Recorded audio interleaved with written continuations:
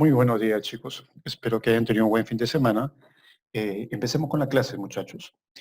Todavía nosotros vamos a continuar con el tema, eh, nos vamos a continuar hablando todavía del sistema digestivo. Ya en semanas anteriores nosotros hemos abordado ampliamente este tema, hemos visto todos los órganos que componen este sistema, el, el trabajo de las glándulas anexas, también hemos hablado de glándulas salivales, el hígado, el páncreas, vesícula biliar, hemos tocado todas las funciones del hígado. Pero no podíamos pasar este tema sin no hablar realmente de todos los procesos que pasa el alimento de su incorporación a la boca hasta la etapa final, que es donde se eliminan los parte del alimento que no ha sido absorbido. ¿Sí? Entonces, hay una serie de eventos o etapas, y eso es lo que vamos a ver el día de hoy. ¿Sí? Entonces, hablemos de la fisiología digestiva. Fisiología se refiere al estudio del funcionamiento de este aparato digestivo. ¿Ok? Entonces, avancemos, por favor. Bueno, sabemos que la principal función de este aparato digestivo es obtener de los alimentos los nutrientes y estos nutrientes llevárselo a través, usando la sangre, ¿sí? A nivel de la absorción, a nivel de los intestinos, que pasen a la sangre estos nutrientes y sean llevados a todas las partes del cuerpo. ¿Ok? Entonces, esto de acá ya lo hemos visto. ¿Sí? Todas las funciones, pero esto es lo más importante que quiero que el día de hoy aprendamos. ¿Cuáles son las etapas del proceso de la digestión o el proceso digestivo? Son 5 etapas. Ingestión, digestión, absorción, asimilación y defecación. ¿Sí? A ver, a grosso modo, en la ingestión es la incorporación del alimento en boca y ahí es donde se va a formar el bolo alimenticio. Ahí participa la masticación y obviamente la deglución. Luego, la digestión es la actividad que realizan las enzimas. Habíamos dicho que las enzimas ya están presentes en boca, en la saliva principalmente, y ahí empieza la digestión. Luego, la digestión continúa en el estómago, eso todo lo hemos visto ya. Luego, continúa en el intestino delgado. Y una vez que ya ocurrió la digestión, que significa romper las unidades de las moléculas, ¿no? Romper los enlaces de esas moléculas y obtener las unidades. Sabes que yo, por ejemplo, de las proteínas, yo tengo que obtener qué unidades, los aminoácidos, de las grasas, los ácidos grasos, de los carbohidratos, yo tengo que obtener qué unidades, la glucosa principalmente. Entonces, no olvidar eso. ¿Sí? Que la digestión es el trabajo de las enzimas. ¿Qué significa la digestión? Romper las unidades, los enlaces, perdón, de las moléculas, de las biomoléculas para obtener los nutrientes, como son los aminoácidos, los ácidos grasos y la glucosa. Luego hay una etapa llamada la absorción, que significa que una vez que ya tengo estos nutrientes, vayan a la sangre, pues, y así sean distribuidas a todas las partes, a todas las células del cuerpo. ¿Dónde ocurre? En el intestino delgado. ¿Ya? Entonces, las moléculas sencillas atraviesan las paredes del tubo digestivo a nivel del intestino delgado y son transportadas por la sangre. Luego de esta etapa de la absorción sigue la asimilación. Las células utilizan esos nutrientes para obtener energía o fabricar nuevas moléculas. O sea, se refiere que ya los nutrientes ya llegaron a las células y las células ya con esos nutrientes van a poder realizar sus funciones vitales. Y la última etapa es la defecación. ¿Qué significa? Que las sustancias no digeridas o no absorbidas son eliminadas a través de las heces fecales.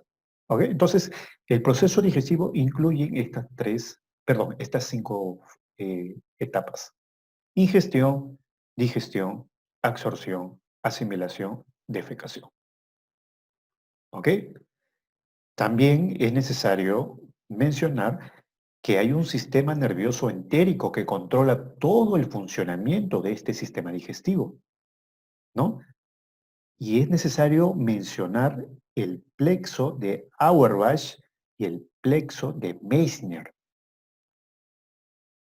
Todos los órganos del cuerpo tienen un control nervioso y el sistema digestivo no es ajeno a eso. Tiene un centro nervioso. que son el plexo de Auerbach y el plexo de Meissner. El plexo es un plexo externo que está en las paredes musculares del tubo digestivo. Y el plexo de Meissner es un plexo que es más interno. Es más externo el Auerbach y el más interno es el Meissner. ¿Ya? Y el sistema nervioso entérico se refiere al movimiento, o sea, todos los movimientos que se presentan. Imagínense, la vesícula biliar tiene que funcionar específicamente en qué momento, cuando ya el quimo va a pasar al intestino delgado para convertirse en quilo. Ahí la vesícula biliar tiene que secretar la bilis, pero eso todo está controlado gracias a esto. Ustedes saben que nuestro sistema digestivo tiene músculo. ¿Qué tipo de músculo? Músculo liso, a nivel de las paredes del estómago, a nivel del esófago, a nivel de los intestinos. Hay movimiento y ese movimiento se llama peristalsis.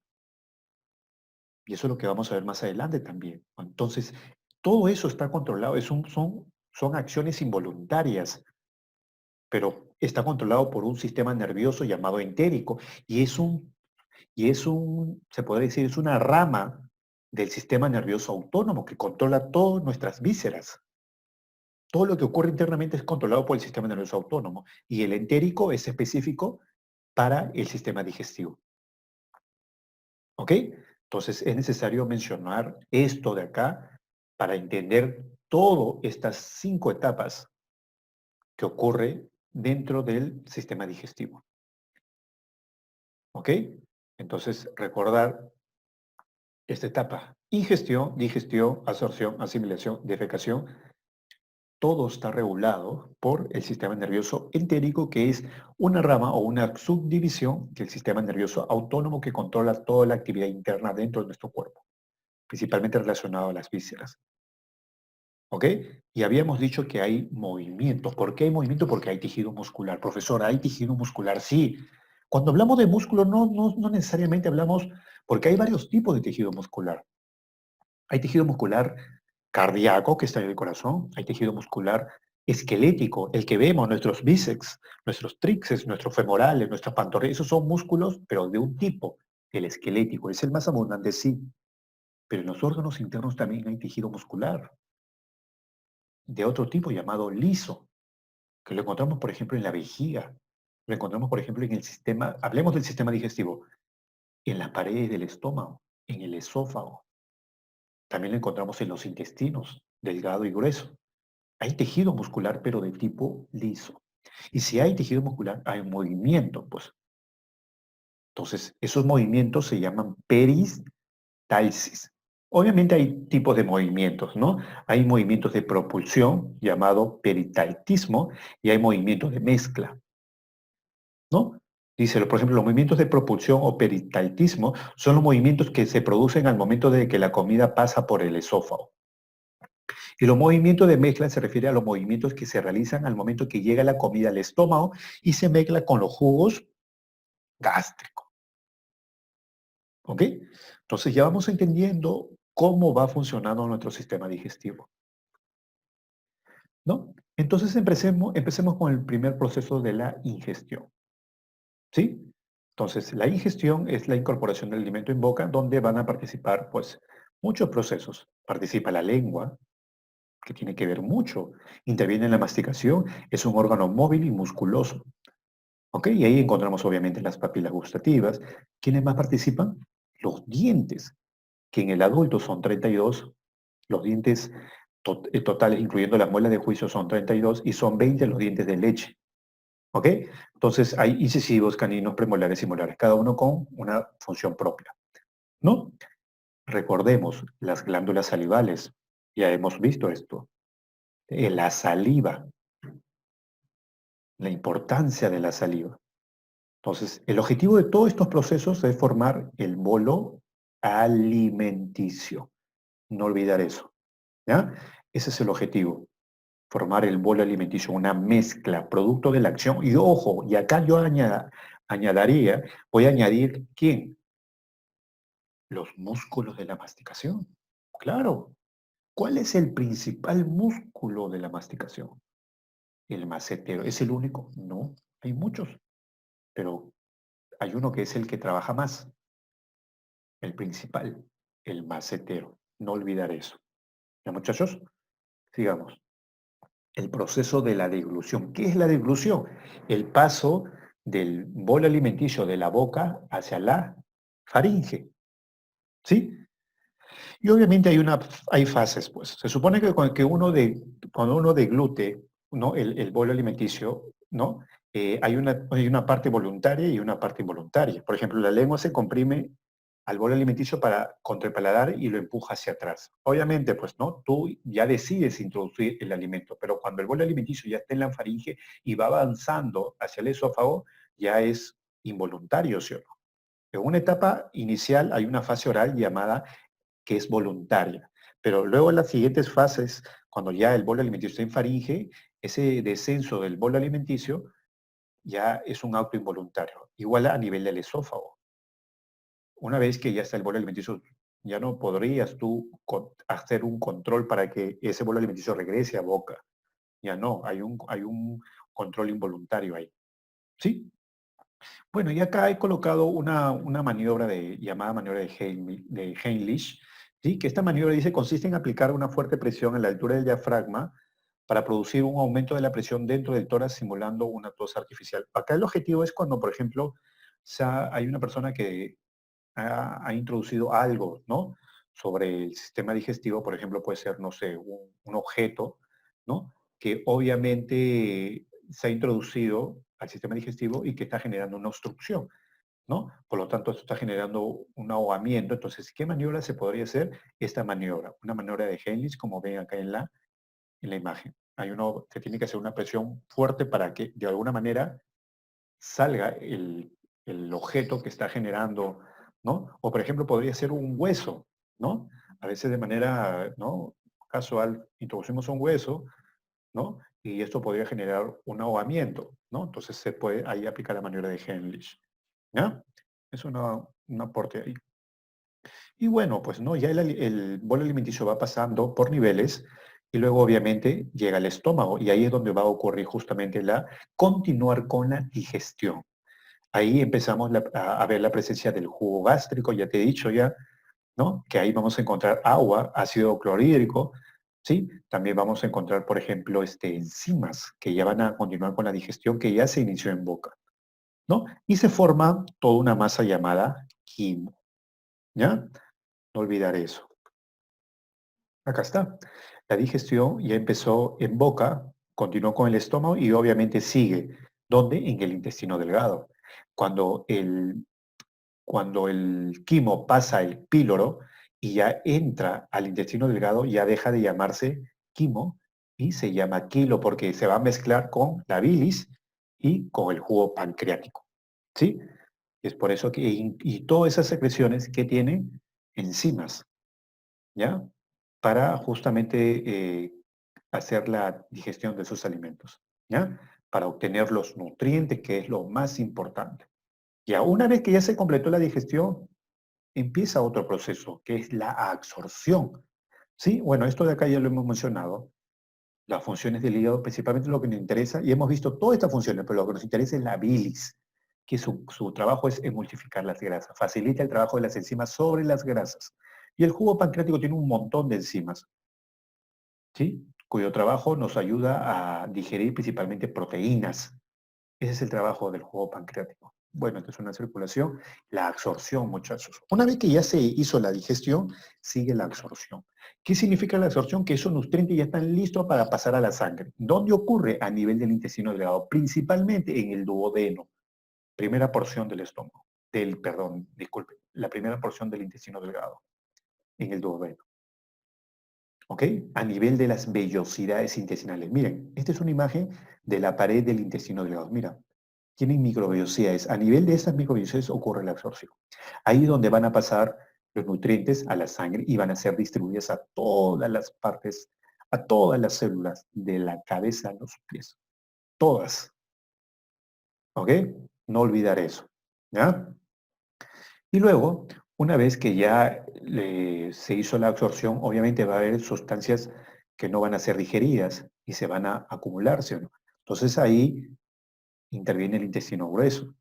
En el intestino grueso, recuerde, ahí se realiza la absorción de agua, ¿ok? También en el intestino grueso encontramos una flora bacteriana, ¿sí? Una flora bacteriana que fermenta residuos no digeridos y sintetiza vitamina K y B. Yo ya expliqué por qué hay una flora bacteriana, porque hay una especie de convivencia beneficiosa para ambos. Ellos viven a expensas de nuestros nutrientes, pero también ellos producen ciertas sustancias, como por ejemplo la vitamina K y la vitamina B, que son esenciales, que el cuerpo necesita.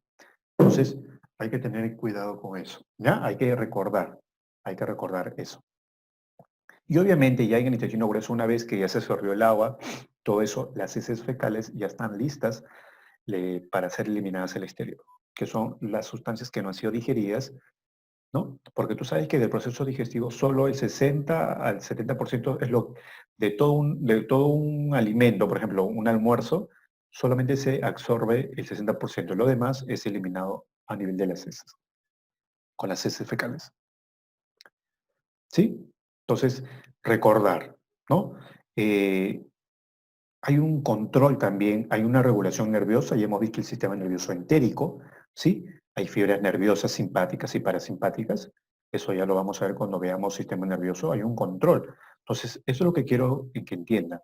Todos nuestros sistemas, porque no solamente hablamos del sistema digestivo, hay muchos sistemas que tienen un control nervioso no regular y también hay un control de hormonas. ¿Ya? Entonces, por ejemplo, la hipófisis también va a producir hormonas que va a controlar el funcionamiento del sistema digestivo. Entonces, hay tres tipos de control. Regulación nerviosa, fibras nerviosas y regulación a través de hormonas. ¿Ok? Y bueno, pues no son reflejos de la digestión, pues no, el reflejo de la deglución, reflejo de la masticación, ¿no? El reflejo de la digestión, ¿no? Son detalles que uno debe tener en cuenta y de esta manera ya como que se amplió la visión que teníamos del sistema digestivo.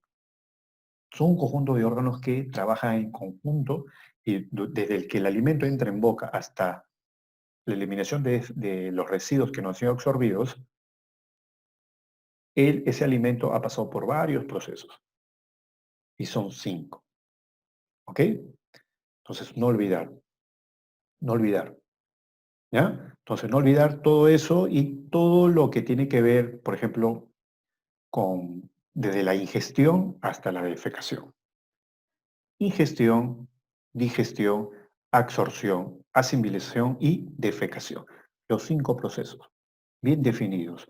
Y hay un control nervioso entérico, que es una rama, una subdivisión del sistema nervioso autónomo que se encarga de controlar todo el funcionamiento de todos nuestros órganos internos. Y también hay una regulación hormonal. Por eso se habla de fisiología digestiva. Conocer el funcionamiento de todos los órganos que participan dentro del sistema digestivo. Ok, muchachos, muchas gracias por su atención. Nos vemos en una siguiente oportunidad.